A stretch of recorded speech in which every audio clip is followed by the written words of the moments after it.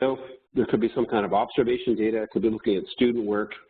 But somehow you have to have a picture of where you are. And what we found, whether we're talking about coaching or teaching or any kind of professional practices, often people don't have a particularly good picture of understanding of what it is when they do what they do. I certainly was that way. When I watched video of myself communicating in a meeting, I couldn't believe what I saw.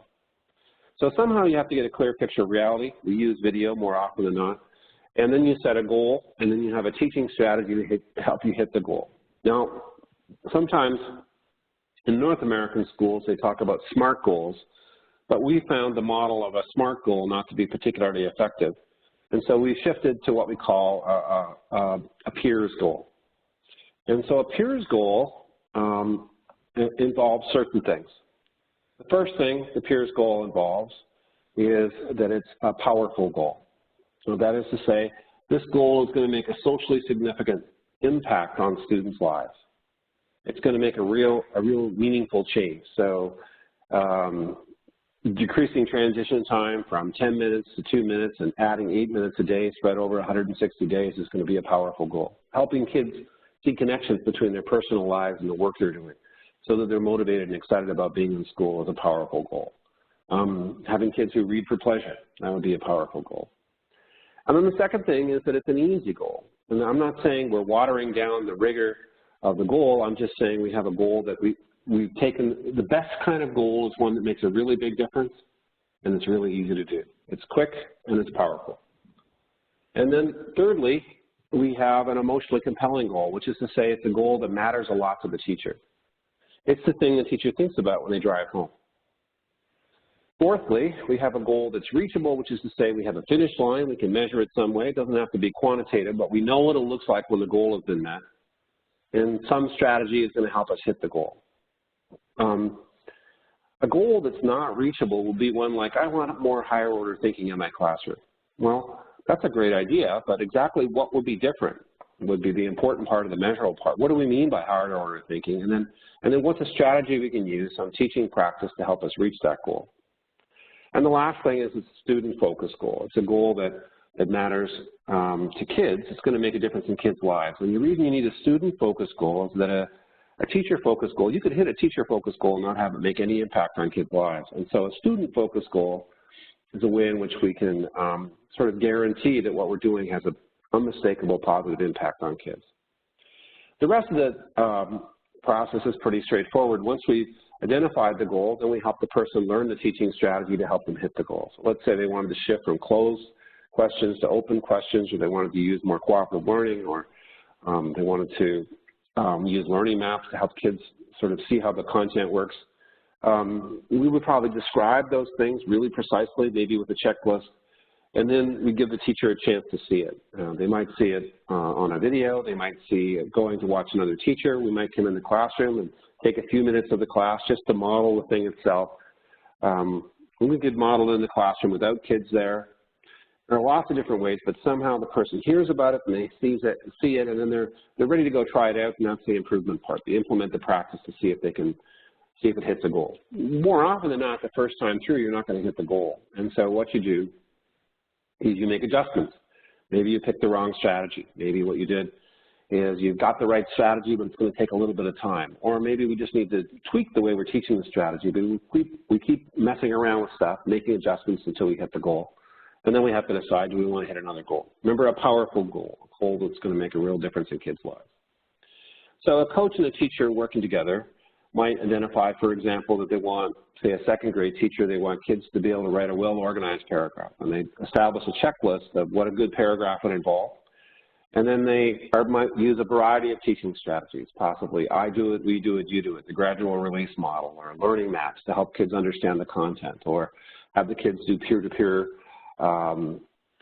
use of a checklist to double check on how they've written the paragraphs, or any number of different adjustments, and they'd keep going until they hit the goal. When they hit the goal, it's a pretty powerful thing to go from kids who can't write to kids who can really write in a clear and palpable way. Second part, second success factor is that we want kids to be in a coaching process where the teacher is respected, where we understand adults. I don't think we'll have that positive impact on children if we don't position teachers as professionals.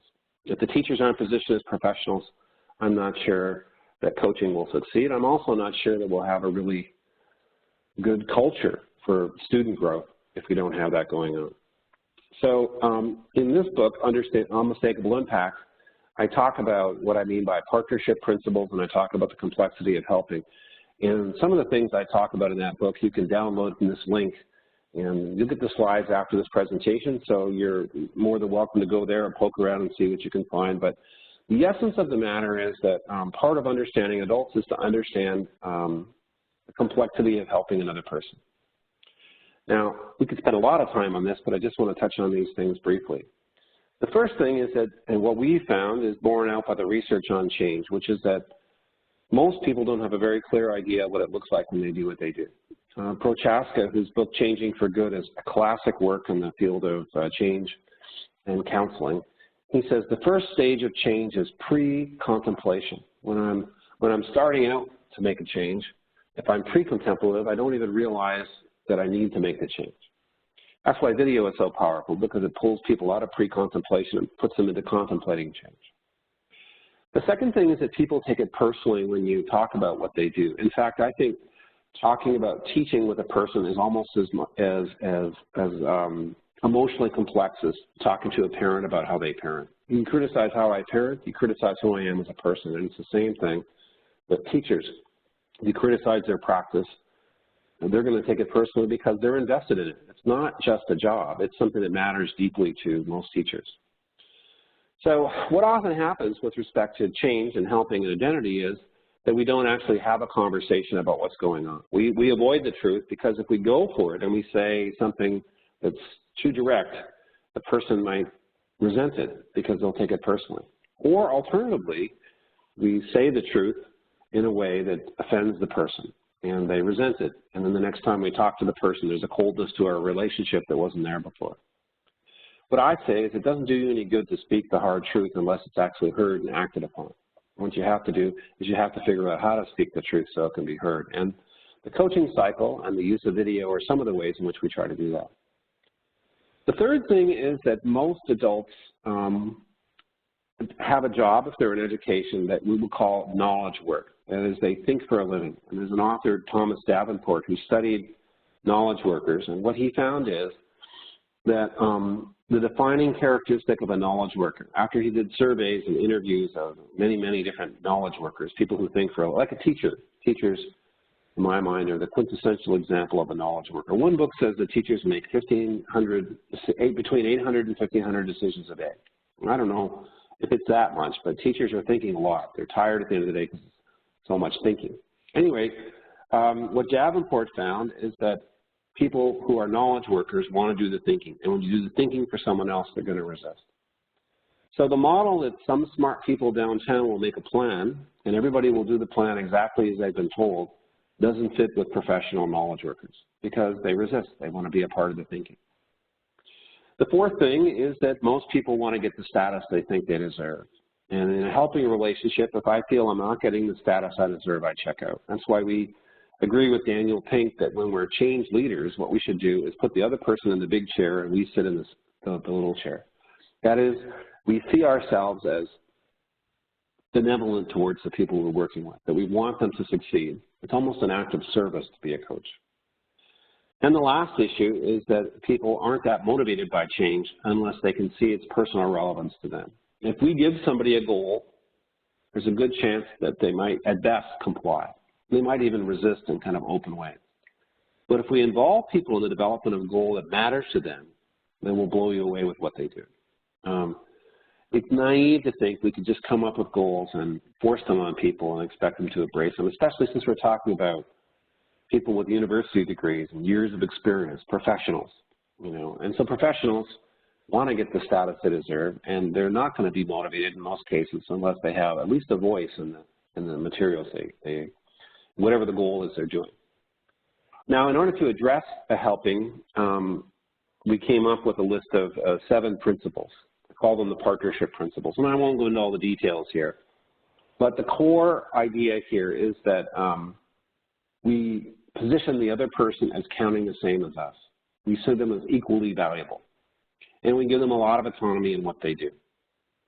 Now, whenever I talk about autonomy, often people will say, well, what about accountability? And I think sometimes what we do is we misunderstand the concept of accountability. Usually when people say we need to hold people accountable, they're saying we need to make sure people do what we tell them to do. And the trouble with that kind of accountability, or what I call, is irresponsible accountability. It's irresponsible because the person who's being held accountable isn't the one who has any ownership of whatever is being asked. If I tell the other person what to do and I see my job as rewarding them and punishing them to make them do what I think they need to do, I shouldn't be surprised when things don't work out and they blame it on me. I'll give you an example. At our workshop here in Kansas a while back, there was an instructional coach here, and she said, you know, we had this teacher, and the principal went to meet with her, and he said to her, you know, your scores are not going very well. Your kids are not really showing any kind of evidence of being successful in the classroom. And the teacher, he said, so what are you going to do to try to improve things? And the teacher looked at the principal and said, I've done everything you told me to do, and I've done it with fidelity. I've done it the way I was supposed to do it. So if it's not working, it's not me. It's your program. That's what the issue is. And that's irresponsibility. Because she doesn't have a choice, because she doesn't have a voice in what she does, she doesn't feel any responsibility. I'm just doing what I'm told, and it didn't work.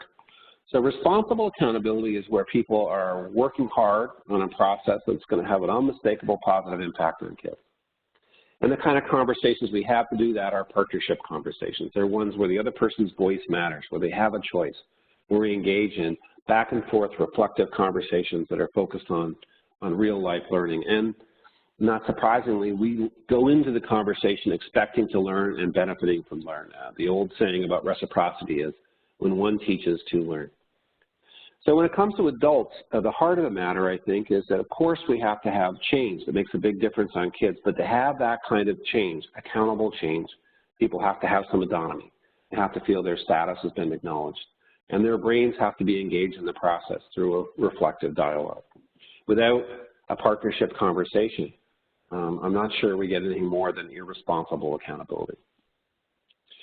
The third thing is an instructional playbook, and it's a simple concept, but the idea of the instructional playbook is that an instructional coach, their job essentially is to help teachers improve by sharing with them proven teaching practices. Now the teacher sets the goal based on their own assessment of their reality, but then once we know we have a goal, let's say we wanted to increase authentic engagement, we need a set of proven practices to help us hit that goal. That's what I mean by an instructional playbook.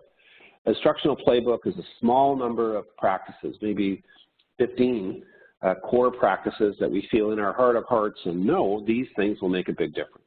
So for example, you're going to have a one-page document at the start of your playbook that says, this is what our go-to practices are. And then you're going to want to make sure those practices have a real impact on kids' lives. Increasing the amount of conversation between students when it's productive conversation might be a high impact strategy. Learning maps might be a high impact strategy. Then your playbook should be comprehensive, which is to say it addresses more than just one area. It's not just about formative assessment or just about differentiation. It's about planning and assessment and engaging and increasing mastery of learning, and then community building, creating a positive learning community. And that playbook should involve checklists, that is precise explanations of practices so people know what it looks like. Basically, if you're an instructional coach and you're going to help people learn something, much like an athletic coach, you're going to want to give people precise explanations of what it looks like. Although, when you share those precise explanations, I think you need to recognize that it's going to look different in every classroom, and you leave teachers lots of room to modify things to meet the unique needs of their kids and to build on their strengths as teachers. I've got a book called High Impact Instruction, which is my attempt at putting together an instructional playbook. And in the book, I talk about these practices: planning, formative assessment, instruction, community building. There's a different chapter for each practice.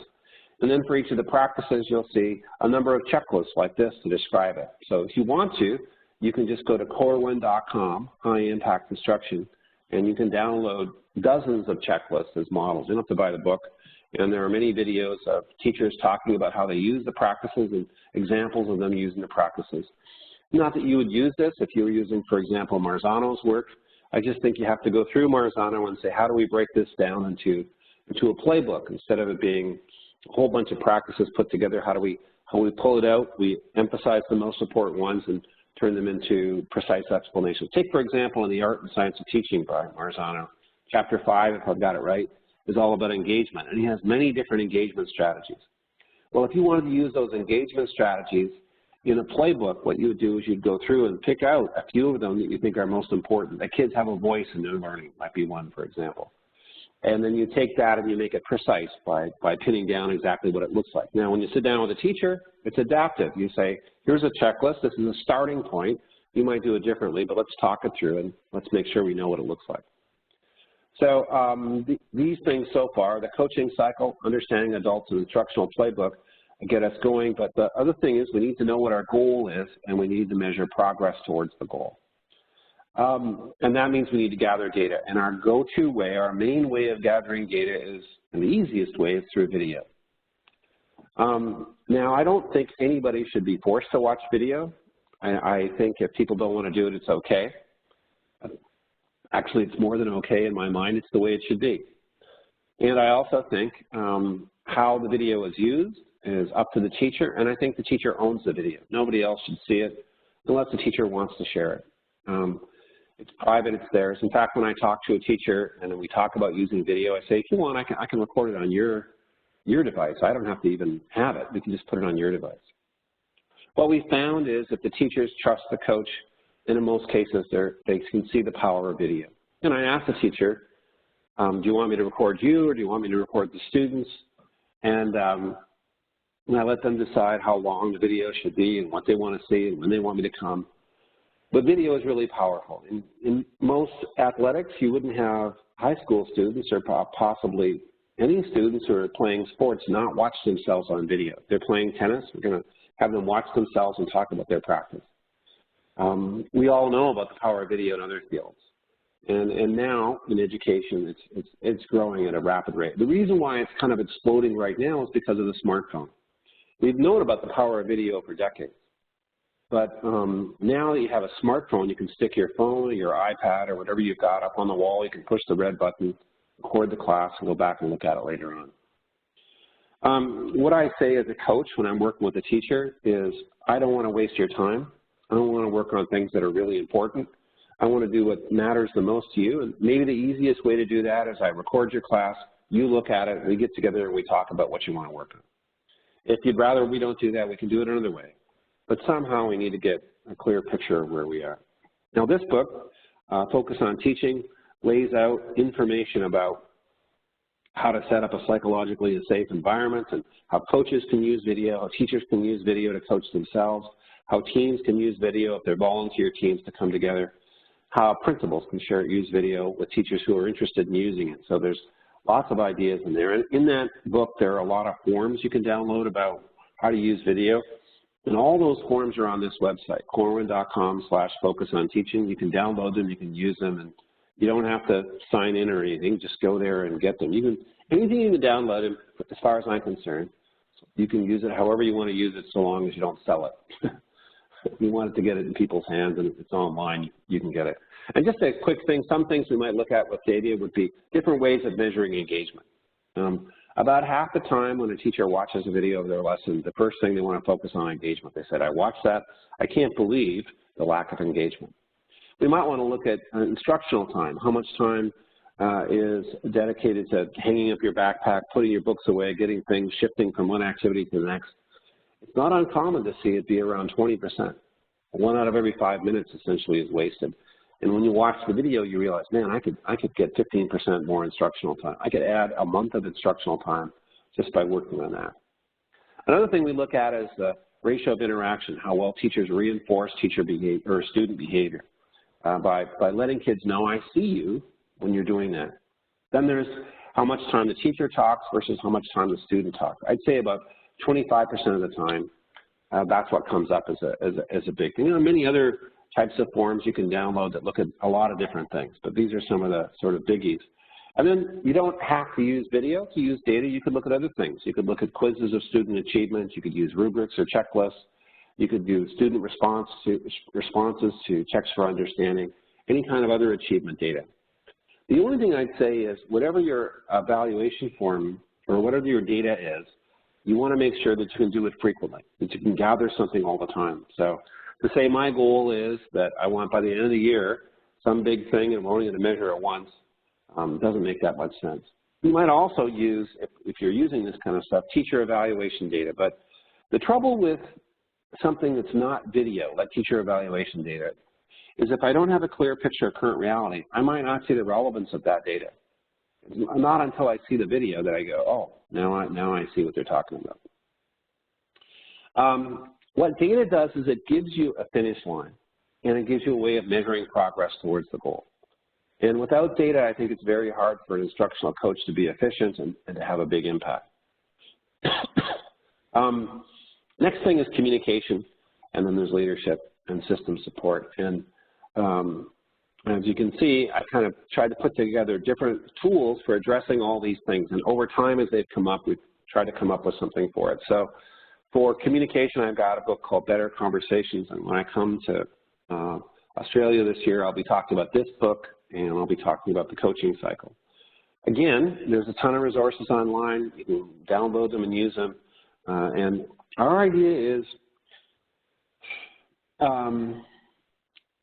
that if you wanted to get good at any sport, you wanted to get good at tennis, let's say, you would probably practice a lot, and you would get feedback.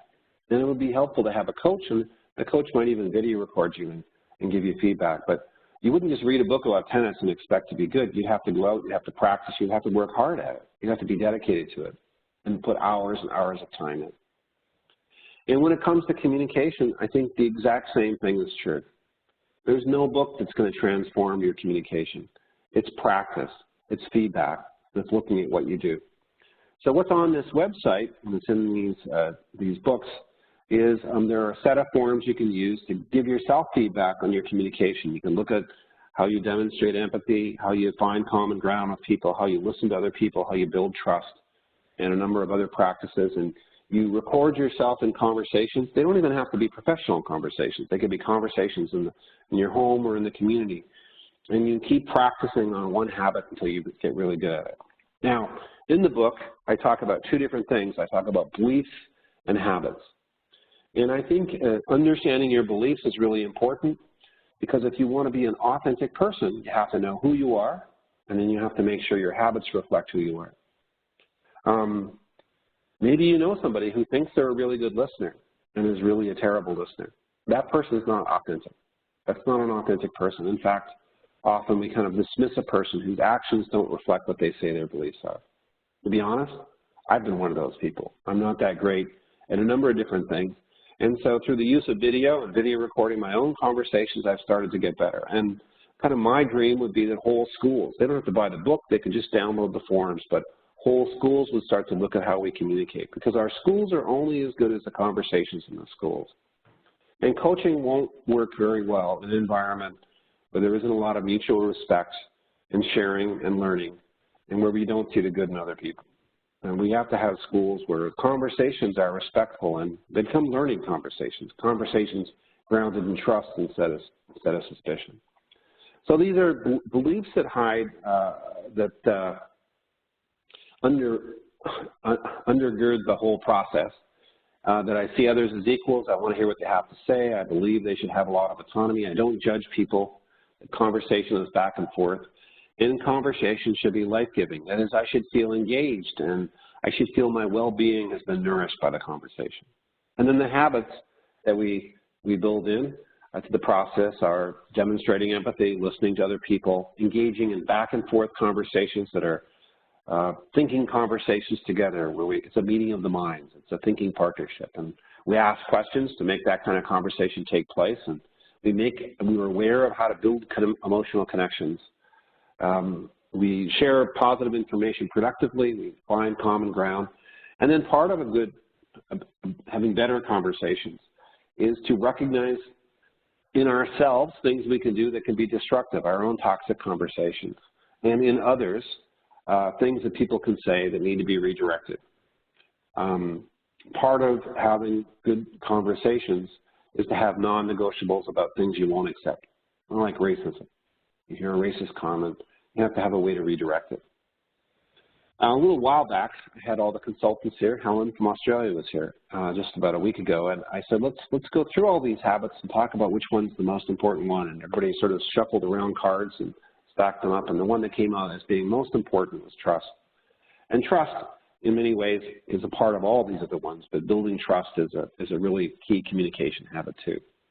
So when you look at these habits and beliefs, I think for a coach to succeed, the coach needs to be moving towards getting these. No one's perfect. We're all going to make we're all going to have our struggles, but a coach is trying to be a good listener and maybe watching herself or himself on video to see how they communicate, and needs to be able to find common ground and build trust.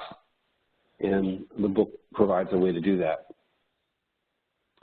The other part about the communication is that I think it's easier for a coach to be successful when there's productive and constructive and supportive and encouraging and trusting conversation taking place in the school. If there's an absence of trust in a school, it's more difficult for the coach to succeed. The next habit here, or the next secret of successful programs would be leadership. And in this case, I write about this in the book Instructional Coaching. It's chapter 9. I think if you poke around online, you might be able to find the chapter that has the leadership ideas on it. And I came up with a number of leadership factors. Michael Fullen reproduced this article too in a book he published on change. So maybe you could find it there. We'll just touch on these briefly, but first off, to be a change leader obviously involves leadership. And a coach can't ignore the fact that they are leaders. I think we get a notion of a leader as somebody who goes into battle and takes on all kinds of odds and who's kind of top-down in their approach, and that's not what I'm talking about. What I'm talking about is a partnership leader. Primarily, at the heart of the partnership leader is that I have other people's best interests at heart. People can tell I want them to succeed, and I'm there for them in really authentic ways, not just lip service, but really helping them do it. And that involves a number of different things. One of them is I need to know kind of who I am, what my beliefs are, and what my boundaries are, what kind of conversations I will and won't participate in, and what my purpose is. And so part of being a leader is to think through what are my principles, what are my beliefs, what are my habits, and what's my goal, and so forth. It is hard to feel open to a leader who's very wishy-washy about what they believe. Now, you should be flexible. I also think it's hard to listen to somebody who's always sure they're right and not willing to hear that they're wrong. But it's a combination of solid ground and flexibility. The second thing is they have to understand how change works. Part of that is recognizing that people are usually pre-contemplative about change at the start. Another part is recognizing that change is not linear. We move forward, we fall back, we move forward, we fall back. And one writer says we fall into the valley of despair. He says we start out with an uninformed optimism and we quickly shift into informed pessimism. And when I'm a coach, I have to recognize that there are going to be roadblocks and people are going to sort of despair, and I have to be there for them. I have to be emotionally intelligent, which I think in many ways is doing the better conversation stuff. I have to recognize how culture can interfere or support learning. If your school has a culture that it's up to the kids to learn, and it's really not my fault if they choose not to learn, then it's going to be harder to succeed as a coach, as opposed to a school where the culture is we're all committed to getting better, to doing the best we can do. And then I have this untechnical term, they have it together. The best coaches are reliable. They do what they said they're going to do. They show up when they said they're going to do. They're ambitious, which is to say they never let it rest. They're constantly hunting out better ways to improve the quality of kids' lives. But they're also stewards. They're benevolent towards the folks they work with. Their folks' first concern is what's best for the other person. So they're great listeners. They're respectful. And ambition without benevolence, I don't think works. I think it leads to resentment. If we have somebody who's all about themselves and pushing themselves forward and highly ambitious, we tend to resent that. And the flip side is also true, though. If you have someone who's a steward but doesn't get the job done, is unreliable and doesn't show up and and sort of let things go, not enough change will happen. We need those kind of things, and I call that they have it together. And then to be a leader, you also have to take care of yourself, and in part that's recognizing that when things don't go your way, or when there's a resentment you're encountering, or whatever it might be, probably people aren't upset with you, they're upset with the position you represent. And so part of leadership, as Ron Hype has said, you have to separate yourself from the role you play to move forward. Last part is that it's going to be easier for the coach to succeed when they're in a system that supports them. In fact, when we sat down to talk about this and we talked about different organizations we've worked with, when there's system support, it's much, much more likely the coach will have a dramatic impact. And when there isn't system support, it's going to be tougher. So here are just a few things with respect to system support. One idea is that the principal guides focus in the school. Part of it is, I think, moving away from a culture of talk to a culture of action. A culture of talk is we're always talking about things, but not much happens. And so what happens is we have meetings all the time, and we talk about things in a general way, but when it really gets down to it, not much happens.